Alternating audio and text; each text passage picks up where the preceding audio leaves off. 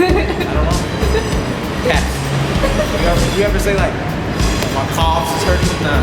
Calves. My cat. It's long-winded thing, but anyway. People generally speak about their calves. Word. I will walk to you. You will be the one, and I will be a drum. Before the night is through, I will walk to you. You will. I'm gonna write something. Style to me, I would probably say is you know, it's with your mind. It's basically making what you think about visual through whatever it is you do. Not just in fashion, but you know, it's like if I have a melody in my head and I sing it a certain type of way in my head, my style would be bringing it out exactly how I hear it. You know. So if I see something or visualize something, or if I dream about something a certain way, or I wake up, I'm like, I'm gonna wear this outfit today. I wanna embody and wear it the exact same way I envisioned it. You know, and that's what I feel like style is. It's like you. The night stay in arms left, so what could be heard, could be heard. I'm talking to myself, stirring everything. Yes, I feel like, of course, style is everything. Style is a part of everything, you know, because that's like another way of connecting to me. So you look at somebody and if they dress in a certain kind of way, you go, oh, you know, we probably like the same kind of music, you know? Oh, we probably eat the same kind of food. You know, that's pretty much what I feel like style is. It's like a greeting card. I will be as if you didn't seem to notice me. Precious been. Yeah, I like to research a lot. I've been doing a lot lately. As far as style goes, I would probably say I'm really into like. It's weird to say. There's a lot of different. I draw from different inspirations, but like the 1920s, 1930s Harlem movement, New York, 1950s, 1960s. Yeah, I pretty much take from that. I take from a lot of Ivy stuff, you know, prep stuff like. Morehouse and all that, you know, 30s and 40s. You know, I take from my peers too, you know, Street Etiquette, Josh Kissy and Trash, you know, they're my better friends and they definitely hit me to a lot of style, and a lot of things, put me in direction as far as who's looking.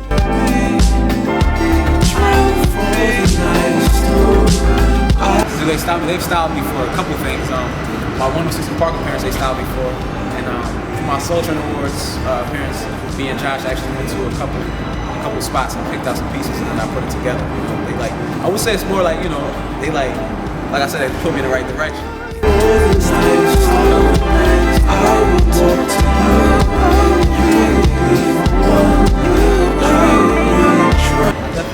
I definitely feel like London has one of the like better fashion sense and style sense in the world, actually. In the world? It was crazy. Really? For sure. Because when I first got here, like when we got here in April, I catch a dress, I'm like, wow. That's not how, you know, that's not everybody, that's like day to day here. You know, it's okay to wear this every day. You know, that's what I appreciate about it here. Like I said, it's a calling card, it's a greeting card. Somebody, how you doing? So it's like the same thing, you know?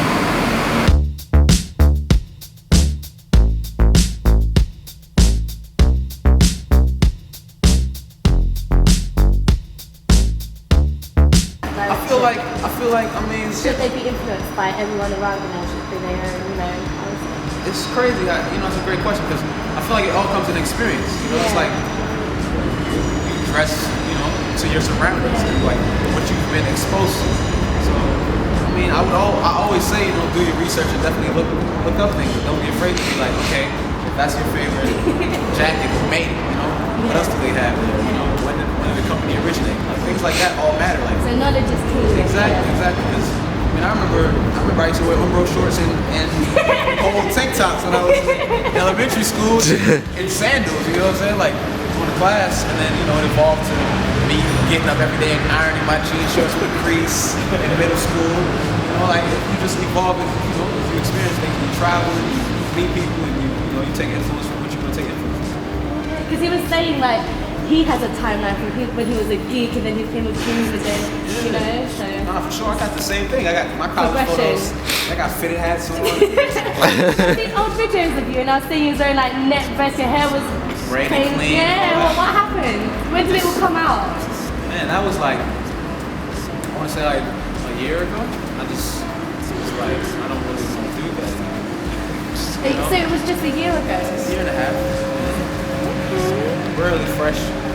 And it kind of was with the music that I was doing too. Because I couldn't really, when I started working on my new album, Love Apparatus, like around 2 years ago, I couldn't really like categorize it. I didn't know what it was. You know? So you came through like a pivotal. Exactly. It was like one of those transitions, pretty much. What was it? I have no idea what it was. It just came. Growing up. I was like, I don't know. It's a lot of things. Like, every time your birthday comes up, you always think about your whole life. Like, so it was like one of those things, but it wasn't my birthday. It was like my new album. So I just thought about my whole life. You know? Happy birthday, like, new album. I started writing some new stuff. I was like, what am I doing? You know what I'm saying? Like, yeah. that was like pretty much how I started.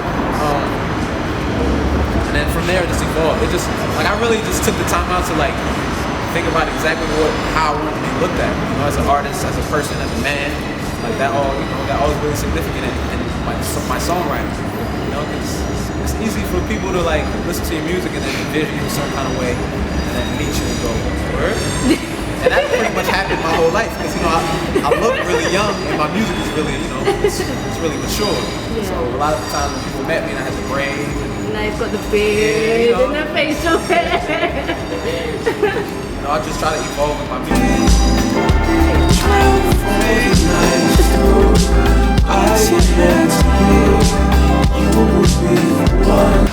Designers.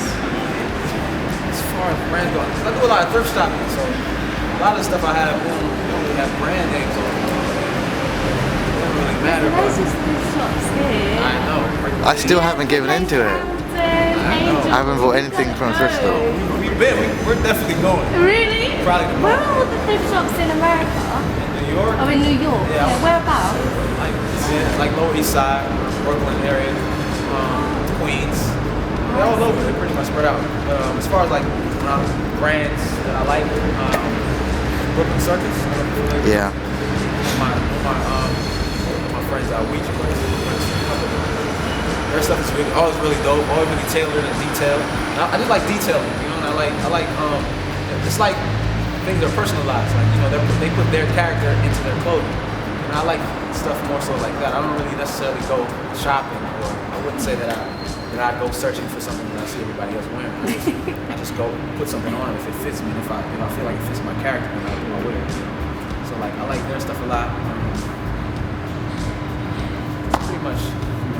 As far as like brands that I really wear, like I have this is G-Star. I like G-Star too. G-Star's pretty cool sometimes.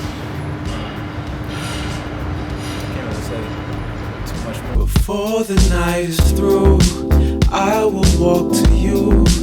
You will be the one, and I will be. Yeah. Matter of fact, I met Josh and Trav. I want to say like a year and a half ago. We were doing a shoot for Brooklyn Circus together. And they walked up to me like, man, we're fans, like, we really like tabloids. At the time, so I released tabloids. I'm like, cool, like, what you cats do is like, oh, we got a blog. Real modest dudes, though, like, not like, oh, we got one of the top fashion blogs in the world. Oh, yeah, we got a blog, right, everything cool. So I go on the blog, I want to say like 6 months later, and I'm looking through, I'm like, dope. So I see him again, and and we talking. And I was like, man, let me just reach out to these cats.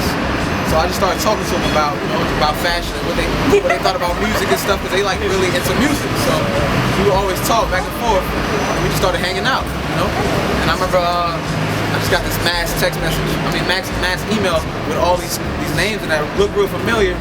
And then at the top it just said Black Ice, and that was like the first introduction to it. It was like this write up in the email. Josh I write, because Josh and Trevor are really distinct on like how they write, write about fashion and write about just culture, period. So it was like this crazy write-up about Black Ivy and the vision of it, and the inspiration of it and why they would do it.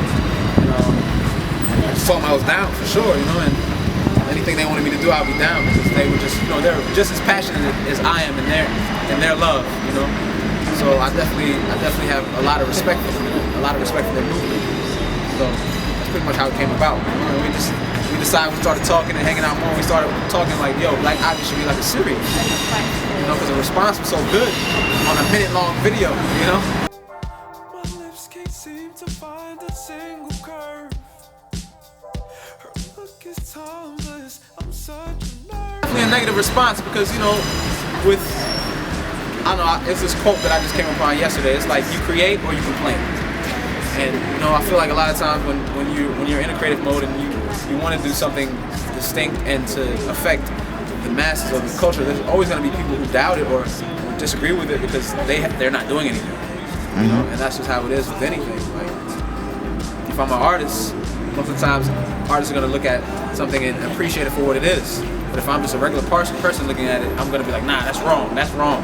Like, you shouldn't have did that. You should have painted with this color. Like, you know. And so that's what happens a lot of times when art meets, you know, mainstream or like media. Period. And there's nothing wrong with that. You know, there's always going to be a good and bad.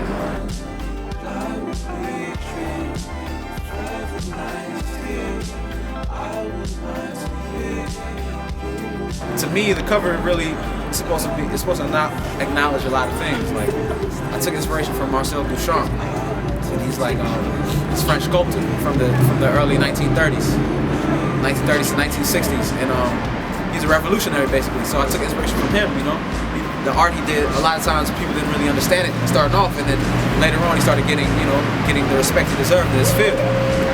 And the woman in the photo, in the original photo, she's nude, sitting playing chess against him. They were taking a break. She was a model for his sculpture, so she was his muse. Like, you know, so the reason why I redid the photo is because the woman in my photo is my muse and my inspiration as a woman. You know, like, she's a powerful woman that I find, you know, inspiration from. And that's pretty much what it was. And if you look at the chessboard, she has more pieces than I do. Yeah. She's winning. You know, and I always say that. I always say women always win. You know, regardless, because, you know, a woman has everything that most of the world wants. Pretty much. That's how I feel. You know. So that's why I did what I did with the art. You know, and you get some positive responses. And you get some negative, ignorant responses when people don't do their research and people read up on my write-up and see what I wrote in the write-up, and nothing like that. You know, it happens. Before the night is through, I will walk to you.